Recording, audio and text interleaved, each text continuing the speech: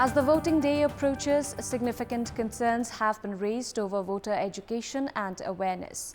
With scanty preparations as far as voters' education is concerned, fears are mounting that it could lead to a massive number of invalid votes yet again.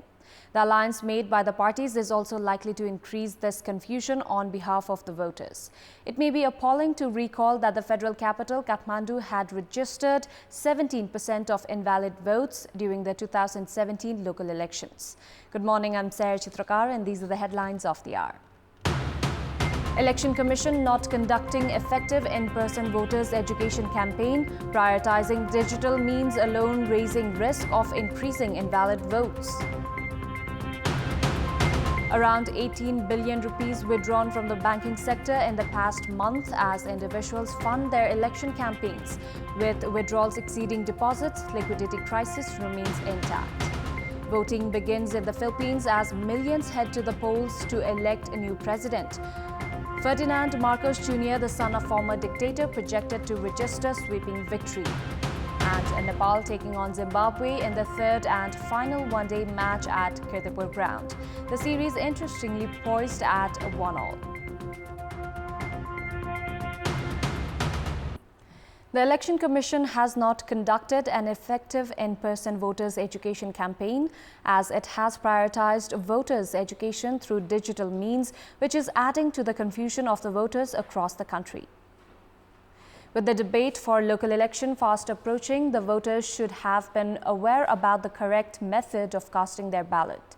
The number of voters stands at 17,733,723 for the local election. However, they are yet to be properly informed about the correct method of voting, either by the Election Commission or by the parties and the candidates. The Election Commission used to conduct door-to-door campaigns in the past. Even then, the number of invalid votes stood at around 5%. Now, the voters are even more confused as political parties have formed different alliances in different places, which requires voting for symbols of different parties in a ballot paper. This is likely to create confusion among the voters, thus increasing the number of invalid votes. It is also the responsibility of the voters to ensure validity of their votes. For this, it is imperative for the parties and the Commission to pay adequate attention in this regard. Security personnel have reached all voting centers. A total of 261,000 security personnel from 4 departments have been mobilized by forming a central security plan. Final teams of Nepal police were deployed yesterday. The department has deployed 61,000 police personnel. 10,000 police staff from specialized units have been mobilized from the center to the district. Security circles have been identified considering the sensitivity of voting centers, voters, the ballot boxes, and counting process. The armed police force has deployed 32,000 security personnel. International borders will be sealed for 72 hours during the election period. Meanwhile, Nepal Army has already delivered the ballot papers to most voting centers. Forming 3 command centers, the Nepal Army has put 5 helicopters on standby. Meanwhile, the government had declared of providing 2 million rupees to the family of security personnel who are killed while being mobilized for the polls. Around 18 billion rupees have been withdrawn from the banking and financial institutions in the past month as individuals are funding their election campaigns. With everyone's focus on the election, withdrawals instead of deposit has increased, giving way to liquidity crisis. Money previously deposited in the bank accounts of urban areas has reached rural areas because of the local election slated for the 13th of May. Deposits in commercial banks stood at 4,389 billion until a month back.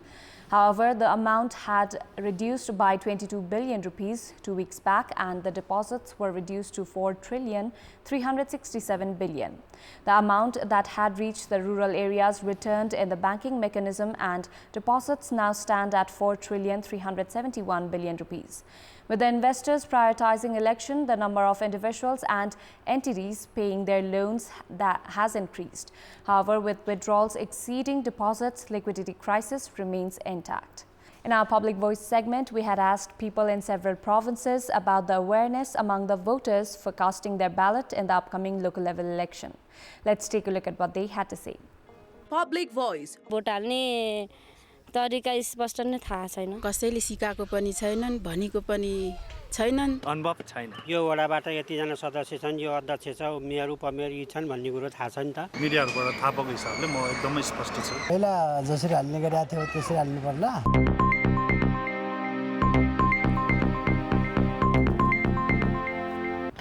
Time now for our segment, Public Pulse, where you text us with your opinion. Public Pulse. Here's the question: what should be done to ensure regular services while deploying officials for election? Your options are A. Sound management of human resources, B. IT-friendly services, and C. Increased service hours. The voting is on. Type NEWS, select your option A, B, or C, and send it to 34001 to share your opinion with us. Sports News. Nepal's national cricket team is taking on Zimbabwe A in the third and final one-day match today at TU Cricket Ground. With the series interestingly poised at 1-all, the winner will clinch the series. The match is scheduled for 9:30 a.m. kickoff, while a wet outfield and bad weather could be a concern for the match. In the first match, Zimbabwe A had chased a mammoth third target set up by Nepal, while the home team had bounced back in the second match with a commanding 8 wickets victory. Zimbabwe A were bowled out for a paltry 87 runs as the visitors' innings had only lasted 31.5 overs. With today's match, Nepal's preparations for the World Cup League 2 will also complete, as Nepal will take part in a tri-series involving the US and Oman under the World Cup League 2. Before wrapping up, here's a look at the top stories once more. Election Commission not conducting effective in-person voters education campaign, prioritizing digital means alone, raising risk of increasing invalid votes. Around 18 billion rupees withdrawn from the banking sector in the past month as individuals fund their election campaigns. With withdrawals exceeding deposits, liquidity crisis remains intact. Voting begins in the Philippines as millions head to the polls to elect new president. Ferdinand Marcos Jr., the son of former dictator, projected to register sweeping victory. And Nepal taking on Zimbabwe in the third and final one-day match at Kantipur ground. The series interestingly poised at 1-all.